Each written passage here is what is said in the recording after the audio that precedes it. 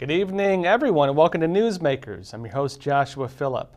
And I'm Tiffany Meyer. Be sure to stay till the end of the show where we'll have a special announcement. But first, Josh, why don't you tell them what's happening in the world? Well, the World Health Organization could soon have the power to declare pandemics and dictate America's health policy on these new policies. Now, this is if a proposal goes through, which is being worked on by both the WHO and the Biden administration. Negotiations right now are underway, but the U.S. Health and Human Services Secretary, Javier Becerra, joined by WHO Director Tedros, has been working on a U.S. WHO strategic dialogue, turns out, since September of 2022. And this has resulted in an official announcement on February 1st, which says they've developed a, quote, platform to maximize the long-standing U.S. government-WHO partnership and to protect and promote the health of all people around the globe, including the American people. Sounds about right? Now, it says as things now stand, the agreement could actually pass on February 27th. That's going to be if all 194 WHO member states agree to it. And this would also mean the WHO, folks, the World Health Organization, would be able to dictate global policies, including right here in the United States, on things like lockdowns, vaccine mandates, surveillance, and a lot of other things as well. And here to speak with us more about this is Dr. Scott Atlas. He's an Epoch Times contributor, a senior fellow at the Hoover Institution of Stanford, and a former advisor to the White House Coronavirus Task Force. Dr. Atlas, thanks for being here with us.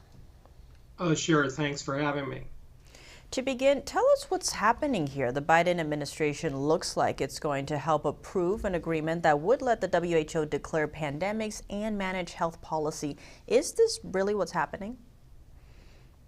Well, there's been a series of meetings and a formation of an intergovernmental body that has talked about what kind of policies should be done to, to manage future pandemics, which are really, in some sense, good, but in most of the sense, bad. Here's what I mean. First of all, they have things like rapid and global access to data. I think in general that's good, and in fact, that's one of the failures of the WHO is getting the data out of China and the lack of transparency with the world very early on. There were delays in that. That needs to be fixed. But in other senses, I mean, there's some very serious problems. First of all, we can't trust the WHO. The WHO has been a failure, although it has had some successes, of course, in its 75 years. It's an agency of 194 member states, but they're very cumbersome in their execution of things. It's a very complicated organization. They were exaggerating the H1N1 flu danger. They were very slow in the Ebola issue. They've issued bizarre proclamations about cancer risks. And in this pandemic, they were failures. They failed to get transparency from China. In fact, they perpetrated the lie that China was being forthcoming early on. They said there was no sense to an idea of human-to-human transmission. They agreed with China with that for over a month. They said there should be no restriction of travel from China early on. And, they had a lot of problems with other things, including making erratic statements about what to do, basically not based on science. They changed the definition of something called herd immunity, and then they changed it back again from something that was conventionally accepted in biology for more than decades. So they wanted to push people to get vaccines. I mean, it's really a very dangerous thing for a sovereign nation like the United States to sign a legally binding agreement, which this would be legally binding. I don't know what the upside is for the United States to do this. Well, I mean, this is the United Nations entity, the WHO. How is it legal for them to try to dictate U.S. policy? I mean, how does that deal with like state law, and how is it going to be legal for them to do this? Well, it's not a if it's written to be an executive agreement, executive agreements are legally binding. That those are not the same as treaties. I think the people in Congress, most of them would want Congress to have to agree to it. I mean, that is the voice of the people, frankly, in a democracy, particularly specifically in the United States. But there are executive agreements that are signed by presidents that are legally binding. The Paris Climate Accord, I think, was an executive agreement rather than a treaty. Now, it depends on what's actually in the final language, but I'm very concerned, of course, because there's an issue when you look at the draft of the document as it currently stands. The terms shall and should are written as one or the other will be used. Should is very different from shall. Shall is a requirement. Should is a judgmental word. So, I mean, I just think it's very dangerous. Again, like, I don't know what the upside is in an agency that has been a gross failure in many ways in this pandemic. I'm not sure why we would want to assign anything like, for instance, some of the things that should be absolutely deal breakers would be the declaration of the public health emergency. I mean, that alone is a very controversial thing with limits that must be further put in on the United States rather than, subjugating American people to somebody else's definition of a public health emergency or a global definition of a public health emergency. That's not particularly appropriate for a sovereign nation. Secondly, there's an intellectual property issue here. Part of this agreement is there are words like, oh, we understand what the issues are for intellectual property preservation, but, and then there's some kind of a qualifier on how a certain percentage likely to be required to be given or reduced price. When you infringe on intellectual property, there's two things to understand. Number one, the United States is the main driver of new drug discovery, and intellectual property should not be really subjected to intellectual property cannot be subjected to international limits if you're in the United States. Secondly, when you infringe on intellectual property rights, you are going to harm innovation. I mean, that's fact. That's been shown over and over and over again. And if you want to make intellectual property more restrictive, you're going to have a trade-off with the development of important new innovative products. So I don't think, again, this is something the United States interest is served, and the interest of the public in America is served by undermining intellectual property rights in the United States. I think the other thing that needs to be mentioned here, if I can go on, Tedros, the Director General of the World Health Organization, has really been on the record since 2017, when you look at it, as constantly praising China, stuff, having actually. a personal relationship. I know the CCP ties are a big deal. Yeah, CCP ties are a real big deal. But Dr. Atlas, you had to jump to the next guest. Thank you for being here. I really appreciate it. Okay. All right. Thanks very much. Now, coming up, we have Turning Point USA contributor and political commentator Savannah Hernandez with updates from the ground in East Palestine, Ohio, where former President Donald Trump is giving supplies and also speaking with victims of the train derailment and the chemical spill. More of this after the break.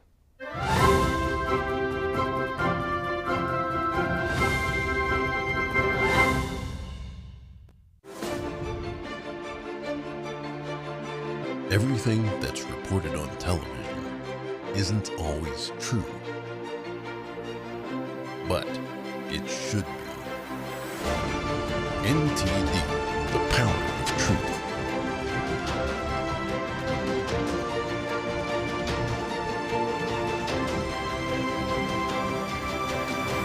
Now available 24/7 on television and streaming platforms. NTD's Capitol Report. It's about getting answers, cutting through the fog of politics. It's about your questions and our chances to ask. What is the net impact of the American? Congressman Graves, thank you for joining us. We're speaking to those in power to find out what does this mean for the people. We're here so you are in the know. Navigating a world of economic madness, you need to have the right guide. What do today's decisions mean for your tomorrow? We ask why. What's the alternative? Uncover the deeper reasons and the hidden influences, and highlight the real opportunities for profit. At Entity Business, we connect the dots for you. Good evening. Thanks for joining us. I'm Paul. At The Nation Speaks, we don't just scratch the surface. We want to go wide and deep.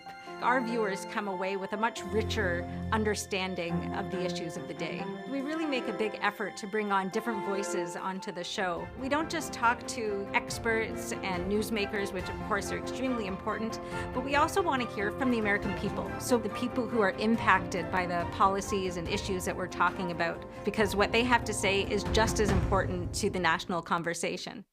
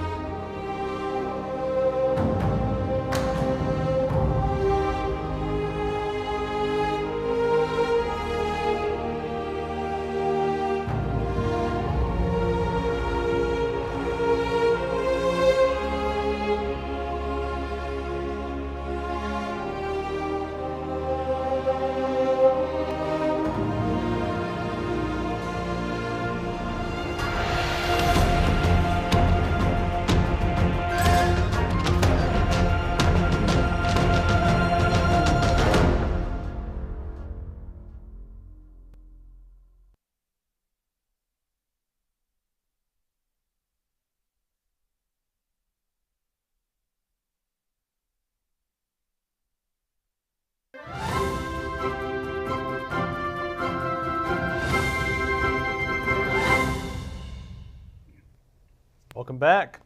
The Biden administration has given actually very little response so far to the unfolding environmental disaster in East Palestine, Ohio. If you remember, a train carrying deadly chemicals, the biggest one being vinyl chloride, derailed on February 3rd, burst into flames, and then had its contents drained and then set on fire by emergency workers to contain the disaster. As for aid, FEMA only announced it would send a response team after former President Trump announced he would visit the town. And today, Trump arrived with pallets of food, water, and other supplies for local residents. Joining us to talk about this is Savannah Hernandez, Turning Point USA contributor and reporter for Frontlines with Drew Hernandez. Savannah has been on the ground today covering Trump's visit to East Palestine. Savannah Hernandez, thanks for being here. Thank you so much for having me. So Trump arrived in East Palestine today. What was the general response you saw from the locals there? People were so excited to see somebody care about them for a change, because we know that the federal government has completely abandoned these people. So the happiness on the people's faces, right, the tears that were streaming down from the residents who genuinely just felt seen, felt appreciated, were excited to see somebody with leadership come and actually visit them and listen to them, bring water, bring food. President Trump went to McDonald's and he bought McDonald's for all of the firefighters and police officers in the town. So there was so much joy here. Something that, has not been present for the past couple of weeks as this poor town deals with the toxic derailment that has left them in this hazardous state. And I know, Savannah, you actually spoke with President Trump today. What did he say to you? What did you ask him? So I asked him what he would have done if he were currently in office, and he said that FEMA would have been here a lot sooner. And then I also asked him what his message to Joe Biden would be, to which he responded, he needs to be here now, get here now. That was basically what he said. And absolutely, a lot of the residents on the ground extremely upset at the lack of federal support. Pete Buttigieg nowhere to be seen.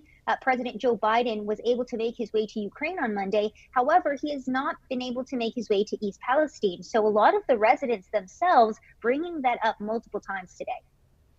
And Savannah, you mentioned Trump bringing in water and even getting McDonald's for people. Do you feel it's enough, or what has the response been on the ground?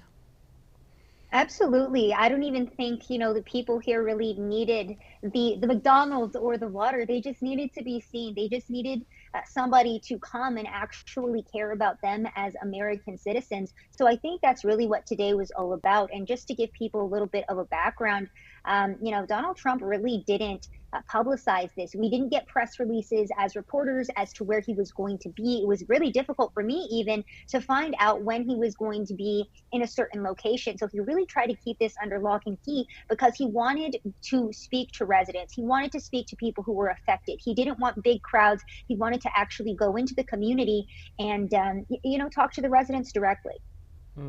Given his speech there, what was the general tone? What was his main message he gave? So basically, just that he's here for Americans, that the president that is currently in office needs to be here for Americans, needs to be on the ground, that the leadership is lacking very much so. And again, I spoke to a mother who lives 3.5 miles outside of East Palestine. And she was telling me that her stepdaughter has broken out in hives, rashes. She has experienced intense burning in her lungs. And this mother is saying, we went to the doctor. The doctor said, this isn't the first case we've seen. It's not going to be the last. So this is what small children and residents here are facing, are experiencing, and they still have zero information from the federal government. We still have the EPA saying that the air and water is safe. And mind you, I was in the area. The air smells toxic. My skin was burning today as the rain fell onto my skin. And I don't know if I'm being paranoid or not, but it's never done that before any other time I have reported in the rain. So most likely due to, again, the toxic chemicals that have been leaked into the environment over here. And speaking on the political side, it seems this has been becoming a political issue. It looked like the Biden administration was not going to send a FEMA disaster response team, but they announced they were going to, but only after Trump made his announcement. Do the locals there view this as being politicized? They don't view this as being politicized. They view this as, we need help. We are Americans, and the federal government has completely abandoned us. The message that they have for Joe Biden is, no more Joe. We don't want Pete Buttigieg to make his way over here. It was, former President Donald Trump who made his way over and actually spoke to residents first. And it wasn't until, like you said, Trump made that announcement that the federal government then came in and started to say, okay, we're going to make our way over. Okay, we're going to send FEMA down there. Okay, we're going to start making extra steps. So the residents are very aware of what's going on. This isn't a political issue for them. It's a health issue, and they just want the person who sees these Americans and is willing to take care of them and help them to be present. And right now, that is not Buttigieg or Joe Biden. Hey, Savannah, thank you for being here. Really appreciate it. Thank you. Coming up after the break, we have Robert Patillo, a Democrat strategist and former congressional candidate, to give us his views on criticism that President Biden has been ignoring the people of East Palestine while providing aid to Ukraine. This and more coming up after the break.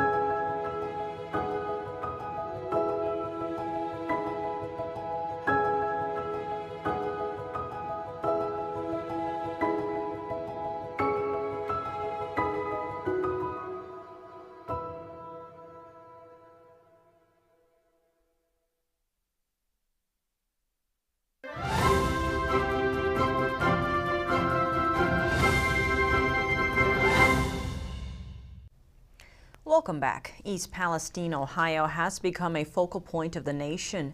Many local residents had to flee their homes and have struggled to cover basic living costs. Some have opted to sign up for $1,000 reimbursements with the train company involved, but at the cost sometimes of signing away legal rights. Now with this, folks, some are looking to the White House, and with President Biden's recent visit to Ukraine to pledge more money to the war with Russia, Biden is being criticized for not doing enough for Americans. Now here to speak with us about this is Robert Patillo. He's a Democratic strategist, a civil rights attorney, and Democratic congressional candidate. Hey, Robert Patillo, thanks for being here with us. Thank you. Now, local residents in East Palestine have told our reporters on the ground they're struggling to get by day to day financially.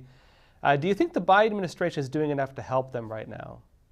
Well, I think the Biden administration has taken all the steps necessary within the power that they currently have. Now, what I do think is necessary is for Congress to act to increase our environmental regulations so that this doesn't happen again in the future, to increase OSHA regulations that have recently been pushed back that have hurt many workers nationwide, and also to launch investigations into our rail system, because we are seeing derailments at an increasing pace. We're now seeing 3 to 5 derailments per day in the United States of America. So what we're seeing for the Biden administration, they're using every tool within their belt. There's just not enough tools there.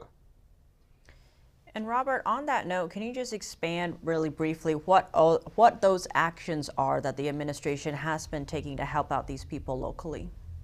Certainly. Governor Mike DeWine, the Republican governor of Ohio, had a press conference earlier today saying that President Joe Biden gave him a call and pledged that if there's anything that is needed by the people of East Palestine or the state of Ohio, that the federal government is at his disposal. Governor DeWine stated that he did not make that phone call yet because they've sent the EPA there to do ground, water, and air testing for the environment. They've sent National Transportation Safety Board inspectors to that rail section to determine the exact cause of the crash. They're also going to be making a determination through the Department of Justice whether or not any federal laws were broken by the train company in the way that they were transporting or the way they were maintaining their trains. So these are the things in the tool belt of the Biden administration thus far to do, but I think Congress has to work to stop this from happening going forward. The AFL-CIO recently released a study saying that 340 workers a day die in American factories, and this is because we don't have the type of regulations necessary to protect workers or to protect communities.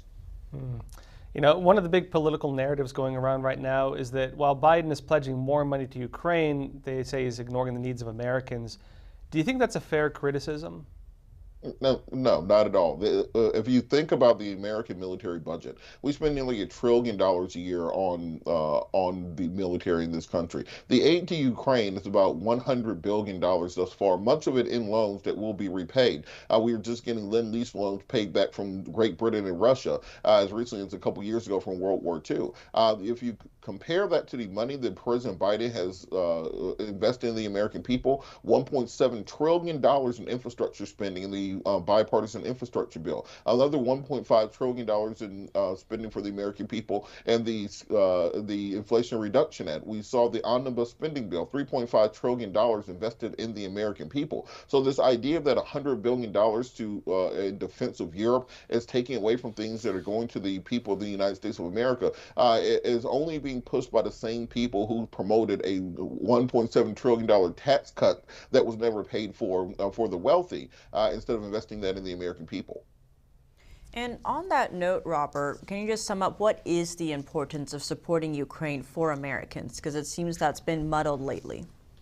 This is nothing short of the freedom for the ensuring of the freedom of the free world. What will happen if Ukraine falls is you'll see the strengthening of the quote-unquote Warsaw Pact, the resurrection of that. You'll then see Russia go into Moldova, where they just sponsored a military coup this last week. That will then put in danger Romania, which is the next domino which may fall. So what Russia is attempting to do is get control of the Black Sea and the Mediterranean, Ukraine so they can spread their hegemonic sphere of influence, particularly in the Balkans and then in the Baltic regions of Estonia and Latvia. So if we don't stop them in Ukraine, they will continue to come. We've seen this in 1993, the launching of the Russian invasion of Chechnya. Then they came right back in 1996. Then in 2008, we saw the invasion of the Republic of Georgia. Then in 2014, we saw the beginning of this incursion into Crimea. And now in 2023, we're seeing the invasion of the mainland of Ukraine. There's nothing to indicate that Russia will stop if we do not stand up for them in Eastern Europe. So we don't want the war to be here. We have to fight the war there. Now, when it comes to East Palestine, if you could give the Biden administration advice on the response, would you change anything? And what do you think still needs to be done? Absolutely. I think Transportation Secretary Pete Buttigieg has to understand that he is not the vice president. He is not running for president right now. He does not need to be speaking on every single thing that the administration does. He has to be focused on his job as transportation director. We saw the crisis at the airports around Christmas that the Department of Transportation was caught off guard on. We know that the rail system in this country is severely inadequate, where they're using brake systems developed during the Civil War. He has to start showing that he has his head in the game and that he's actually going to do his job before he starts seeking his next job. So I think Transportation Secretary Pete Buttigieg has to do a better job of being laser focused in on his work rather than trying to position himself for 2024. And Robert, you mentioned earlier how Congress could and should do more. So what would that look like?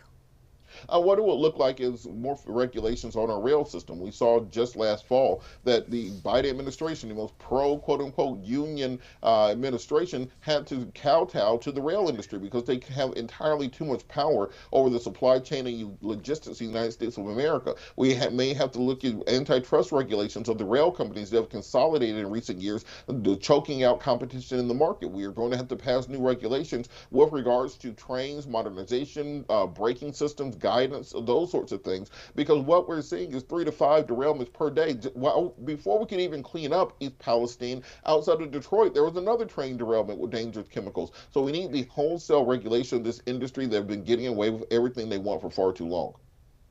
I guess 20 seconds, any last notes you think people should know about East Palestine? I think that people need to do everything in their power to support those people, sending donations. Various nonprofits I work for are sending water, they're sending food, and make sure you get in contact with people who are trying to help the folks on the ground there. This shouldn't be a political issue, it should be a humanity issue. Hey, Robert Patel, thanks for joining us. Thank you. Folks, coming up, we have Tony Cardwell. He's the president of a rail union, the Brotherhood of Maintenance of Way Employees. We'll discuss whether the Biden administration shutting down a rail strike and concerns raised by the rail unions had any impact on the train derailment in East Palestine. Don't miss it. That's coming up after the break.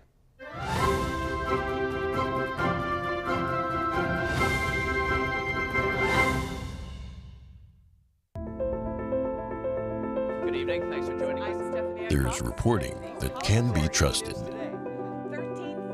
There are programs that can inspire every generation.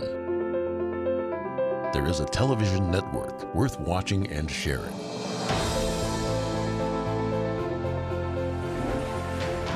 Our commitment is to bring you the facts and to show you the world. We won't be divided by politics, and we won't be swayed by the dollar. We believe in the strength of our nation and the hope in our shared humanity. We are NTD Television, and we are proud to bring you news you can trust and programs that make you smile. NTD Television, now available 24/7 on television and streaming platforms. It's just clear as day. The media, whether it's broadcast, cable, or print media, has become extremely biased. And I started looking online for alternative ways to get information. And I saw an ad for a free trial. And I looked at it and I said, Epoch Times. I mean, come on, this is end of days type of stuff. I mean, what are they going to be talking about here? And I said, well, it's a free trial. Let me dig in. Is it giving me both sides? Is it giving me an objective point of view here? I have looked for opportunities to see where they might be biased. and I don't find it. It has given me a level of trust in media that I didn't think I'd ever get back. I love the Epoch Times because it has renewed my faith in the idea that a reliable, responsible, non-biased source of information is available. And I can say that I love it because of that.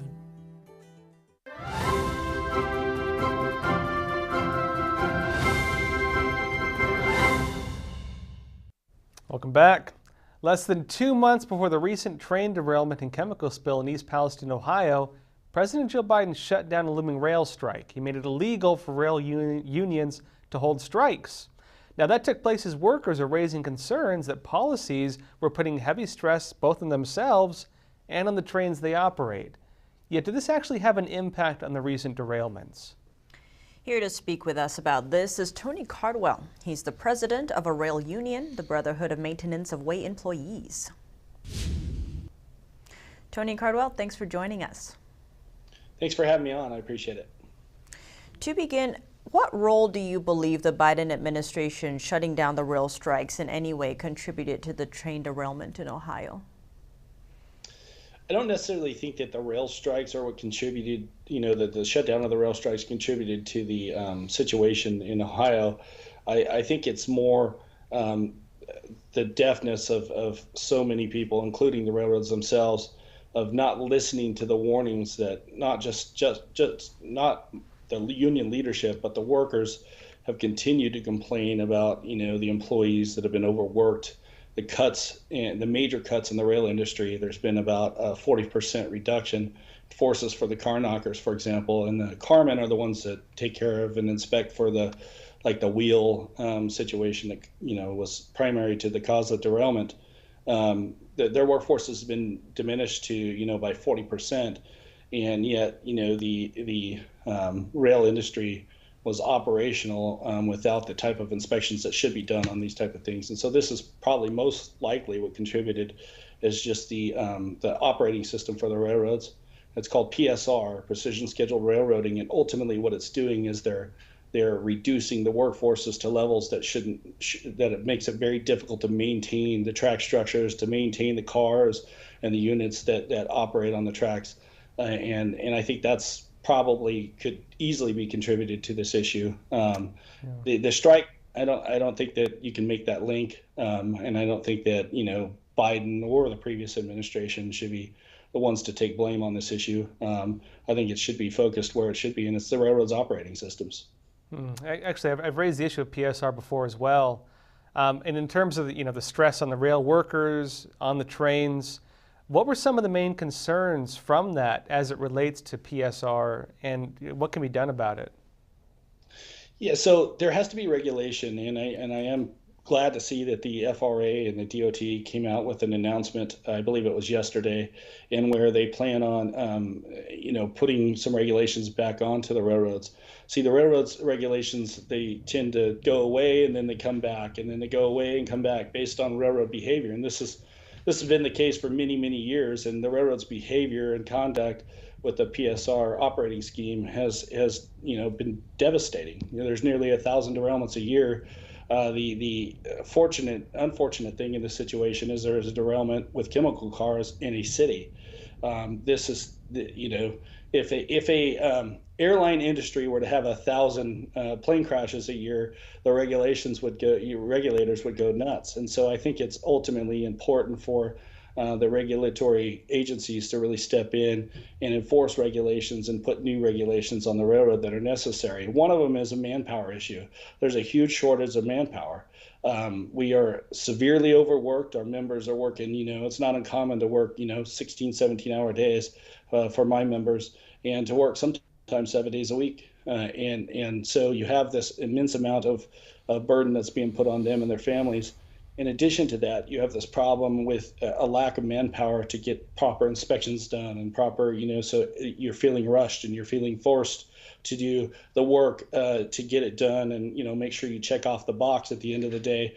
And you're quite frankly, in all honesty, it's probably not getting done at the level of attention that should be given to those inspections and those details.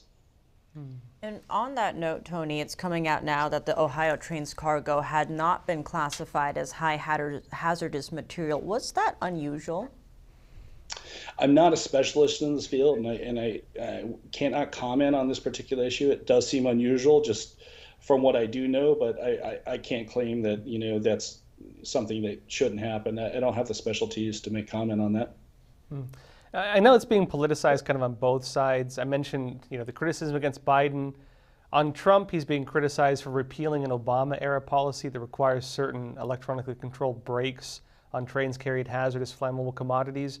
Would you say it's accurate to blame Trump for that with that rule? Yeah, I mean, look, I've heard it both ways, and everyone's looking for a fall guy. If we focus on Biden and we focus on Trump, we're missing the mark here. The regulatory agencies have to enforce regulations. Some of the regulations probably should be renewed, and if that was withdrawn from, if Trump policies took that regulation away, and it's important, it needs to be put back in place. And so everyone's looking for a finger to point. The thing that should be put on trial is precision scheduled railroading, and that is the railroad's operating systems, which have absolutely diminished the workforce. It's diminished a lot of the safety aspects of railroading, and deregulated. They have a responsibility to do some regulation on themselves as well, and they have to uphold that. Oftentimes, right now, what our members are doing and other members from other crafts is they're doing a lot of on-time repairs instead of preventative maintenance. And when you're fixing a defect where a rail is already broken, for example, that's well beyond the time that you should fix it. You should be fixing those rails when you do tests on these rails and find that there's cracks and stuff in the rails. Now, that's not what caused the derailment, but that's just one example. They should be doing preventative maintenance on cars and on trains, in units, and on the track and on the signal systems, and we're not. We're all so far behind. The workers are so far behind in work that we're doing just on-time repairs. So like if it's either shut down the railroad or fix the repair now, that's not the type of way that the railroad should operate. For years, we did preventative maintenance where we go out and fix things that are starting to fall into disrepair rather than going and fixing it when it's completely destroyed. And so I think if we get back to that level of maintenance, it makes our community safer. And by the way, the general public should have an interest in this because it obviously, given the circumstance, there should be public outcry that the railroads maintain their track structures and their cars, maintain their cars, maintain their units the way that they should at a higher level. There's no doubt that should be happening, and it's not. And it's the operating system. It's not any particular person that you can point a finger at. It's the way that they're all operating. It's driven by a Wall Street agenda to make the maximum profits and reduce the workforce and reduce the cost as much as possible. And that's not safe for you. That's not safe for me. That's not safe for all of the general public. And so, we got to get serious about this. Well, Tony Cardwell, thanks so much for joining us. Absolutely. Thank you for having me again. And coming up after the break, more details on what happened at the U.S. Capitol on January 6th. That's from newly disclosed court documents, and House Speaker McCarthy reportedly handing over thousands of hours of footage to Fox News' Tucker Carlson. We'll be hearing from January 6th defendant Will Pope, who's defending himself against the charges he faces linked to the Capitol breach, and filed the latest court documents. You won't want to miss it.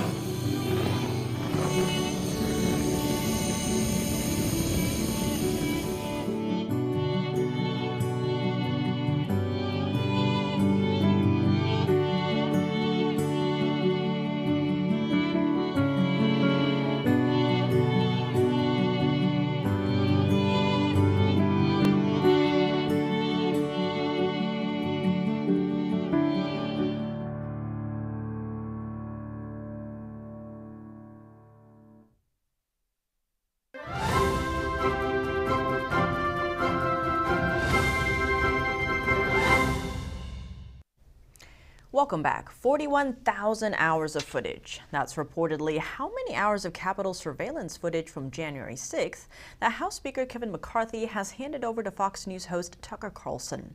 That's according to a new Axios report.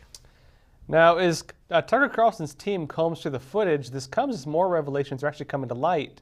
According to newly disclosed court documents, get this, 3 undercover Metropolitan Police Department officers joined the march of protesters up the northwest side of the Capitol on January 6, including one who walked behind Ashley Babbitt, who was shot, of course, and killed, and predicted that, quote, someone will get shot. Now, joining us to discuss these latest developments is January 6 defendant Will Pope. Will is serving as his own attorney to defend himself against federal charges that he faces now linked to the Capitol breach. He also filed these latest court documents. Hey, Will, thanks so much for joining us. Hey, good evening, Josh. Pleasure to be with you. So tell us first, what's in these new court filings? Well, Josh, I've been engaged in a month-long battle with the DOJ trying to get full access to my own discovery. They're trying to prevent me from seeing what is in the evidence, and currently I only have access to less than 1% of the total discovery. So I filed several different documents related to that, and the most recent one on Friday, I included evidence showing that the DOJ has been trying to prevent me from not only accessing my discovery, but from using an entrapment defense in court, which I haven't even brought up to the court yet. Not that I don't have the right to do that, but they are trying to preempt that. And I showed several examples and released exhibits, video exhibits, showing some questionable things about DOJ conduct in Washington on January 6th. We know Michael Sherwin, the lead prosecutor who launched the shock and awe arrest of January 6 defendants, he was there undercover in Washington. Video also shows undercover DEA agents. And of course, I referenced the video that shows undercover MPD that are urging people to go up the northwest steps of the Capitol toward the Capitol. And that is true. The video shows that, but the government is keeping it under seal, trying to hide it from the American people. And Will, tell us about the decision to act as your own defendant. Well, you know, like a lot of January 6 defendants, I don't have the resources to get a high dollar attorney. I did have 2 court-appointed attorneys. My last one, he'd never really even used a computer. He's an older attorney, didn't have computer skills. And so I had to make the decision to represent myself and get access to the discovery. And that's a big decision because I'm not an attorney. You know, I have had quite a bit of education, but I'm kind of teaching myself as I go. And I'm trying to make good arguments the best I can. Well, you know, Tucker Carlson came out recently on his show and he announced that House Speaker Kevin McCarthy has now handed him over 41,000 hours worth of footage. What do you think of this? Is this going to help your case? Where are things at with it? You know, I'm in favor of shining any light that we can on what happened. Personally, I think this should be released to the American public. That's not my decision to make. But, you know, hopefully Tucker can do a good job with it and get a story out there. But I do think eventually, and hopefully sooner than later, this should get out to the American people and be available to other media companies to use. Well, and on that too, you know, what you're saying is that information is actually being denied from you. You said you're not able to get proper discovery. You said 1%. What are you being told with this? What's the reasoning? Correct. Well, they've classified discovery in different ways. They've got sensitive and highly sensitive, according to the government. And the government doesn't want defendants to have access to the highly sensitive, which a lot of that's just video, you know, showing people walking through the Capitol. And a lot of that video is related to my case. And I need to have access to that to make work product and to prepare exhibits for my defense. And I have a right to the discovery, according to the Constitution and the rules of evidence and the Ferretta ruling. But the government is fighting it. They're putting enormous pressure on my judge, Judge Contreras, So I don't know how he'll rule, but I feel like he's a good man, but I do understand they're putting an enormous amount of pressure on him. Well, given this pressure, about 30 seconds, do you say the political pressure, have you seen any evidence of this, that this may be influencing some of the trials, or is this just not happening? The more recent evidence that came out? Just in terms of political pressure, do you see political pressure impacting some of the cases? Oh, definitely. I mean, this has been a political prosecution from the very beginning. They've been targeting American people that were entirely peaceful. And in fact, the prosecutor in my case told me on a phone call I was entirely peaceful, which of course I already knew, but they're still prosecuting me, and I'm facing a total of 30 years of federal charges. So it's ridiculous. I was entirely peaceful, and yet they're trying to hold this over me my entire life. And of course, I'm going to fight that. Yeah, well, Will Hope, thanks for being here with us. I appreciate you coming on. Hey, thank you, Josh. Now, up next, we're joined by Jenna Ellis, Epoch Times contributor and also former senior advisor and counsel to President Donald Trump. She'll be talking with us about 2024 and the growing pool of Republican candidates running for president. Don't miss it. That's coming up after the break.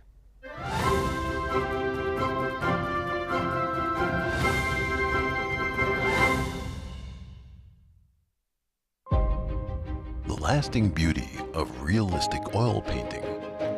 Brilliant, expressive, and inspirational. The 6th NTD International Figure Painting Competition.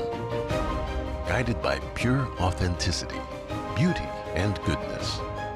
Invites you to join us on a journey back to traditional art. The Gold Award is $10,000. For more details, please visit oilpainting.ntdtv.com. Freedom is not free, and neither is the truth. In order to bring you the facts, our reporters are out there on the front lines getting the true story.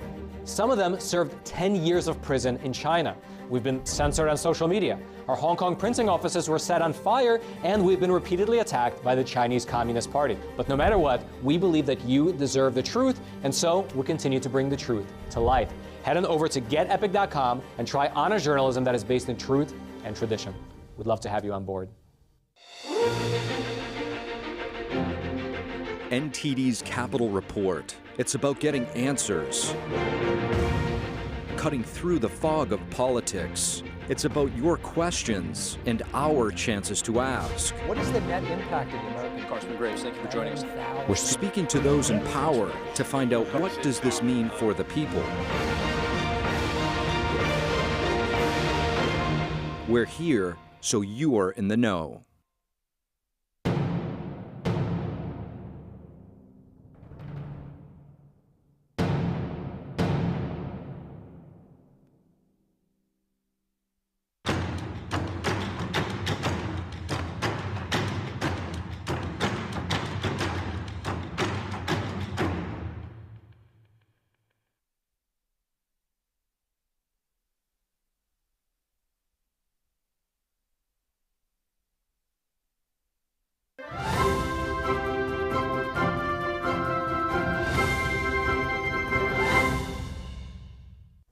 Welcome back. The United States is gearing up for the 2024 presidential elections. Joe Biden, as the incumbent, is going to be facing off with a growing number of Republican challengers. And while former President Trump is leading in the polls, others believe they have a better shot than he does. These include Florida Governor Ron DeSantis, former Vice President Mike Pence, former UN Ambassador Nikki Haley, and a newly announced run by author and political activist Vivek Ramaswamy. Now, here to talk with us about Ramaswamy and the upcoming debates for the 2024 elections is Jenna Ellis. She's an Epoch Times contributor and a former senior advisor and counsel to President Donald Trump. Jenna Ellis, thanks for being here with us. Great to see you both. Thank you. Now, Vivek Ramaswamy just announced his run for president. What's your impression of his campaign and what's his message?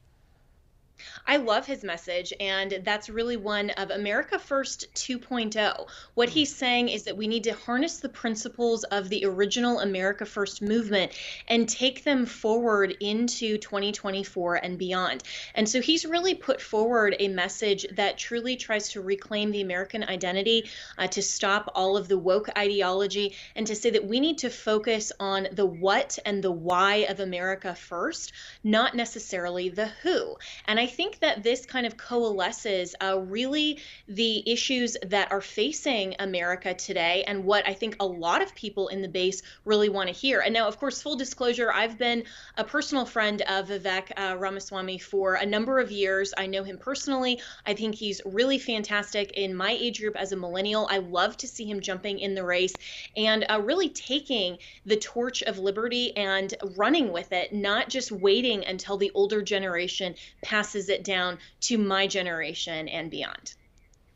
And Jenna, going into 2024, what do you see as the main talking points for candidates? Well, I think that Governor Sarah Sanders articulated it best in her response to Joe Biden's awful State of the Union when she said this is normal versus crazy. That was a perfect encapsulation of everything that conservatism stands for, that is premised on values, on principle, on genuinely what is normal, versus the crazy, versus what we've seen from the Biden administration that is an utter disaster, that's focusing on identity and diversity metrics and diversity hires and the woke ideology and CRT and ESG and all of these other things in the marketplace, rather than focusing on what it means to be an American and why we have to be America first, especially with what we've seen just in the last few days with Joe Biden going over to Ukraine and saying that apparently now we're supposed to call him President Bidensky rather than Joe Biden. And yet we have President Trump, who's actually going to East Palestine, Ohio, and giving tangible help to Americans on the ground facing that crisis. That is the most and best picture of a contrast between what it means to be a conservative and America first versus what it means these days to be a Democrat and focused just on foreign aid and this sort of globalist utopia that really leaves America behind. Now, it looks like right now like Trump is leading in the polls. There's, of course, a lot of debate on him, as we'd expect, and how well he gets on, particularly with the Republican Party. There's even talk that he might be forced to run as an independent. Do you think there's any credibility to that claim? I think it's way too early to count President Trump out. And, we've seen these tactics from some of the establishment never Trumper rhinos and the fake news media that always wants to bet their hand against Donald Trump. And he always comes back and shows himself that he's the winner and the champion. So I think that we can't count him out here. And certainly it's far too early in this primary cycle to even suggest that he may be looking to run as an independent. And he is leading the polls. The Trump War Room just tweeted out earlier today that he has about 50% of the Republican base in the latest poll, with all of the other candidates splitting it. And I think the next front runner is Governor Ron DeSantis with 30%. So a double-digit lead there by President Trump is really, I think, says it all. And Jenna, on the flip side with President Biden, there's been rumors that some Democrats don't want him to run in 2024 and that others like Governor Newsom in California might run instead. How likely is this? Well, unlike the GOP that has a wide and deep base, and I'm really grateful to see people like Vivek Ramaswamy enter, I hope that Governor Ron DeSantis does enter because we have a deep bench as a GOP party. But on the flip side, who do the Democrats really have? And I think that they are facing an identity crisis of their own. When you saw just earlier today, President Bidensky is still tripping up the stairs of Air Force One. He's clearly not competent to handle another 2 years in office, much less another 4 years after that. So I think it's very interesting that he hasn't announced his reelection campaign, and likely the Democrats are calculating that, and they're seeing that his approval ratings are tanking and his administration is not doing a good job. So I would not be surprised to see them put up someone like a Gavin Newsom or, maybe a Michelle Obama. We've seen a lot of other names floated, but I think the Democrats would be wise to put up literally anyone besides Joe Biden. Yeah, well, Jenna, interesting times we're in. Thank you so much for joining us. I appreciate it. Thank you. Well, folks, thanks for joining us. We have a special announcement, actually. On that note, this will be the last episode of Newsmakers, but it's going to be back soon in a different form. You'll be seeing less of me, but much more of Josh. You'll see her on her own show. But my own show, Crossroads, is going prime time in just a few weeks, just like right now. We'll be taking the best practices from Newsmakers, bringing those together with the best practices of Crossroads, and I think you're really going to enjoy the new show. Again, Crossroads prime time should be launching in just a few weeks right here, and we should have updates on this pretty soon.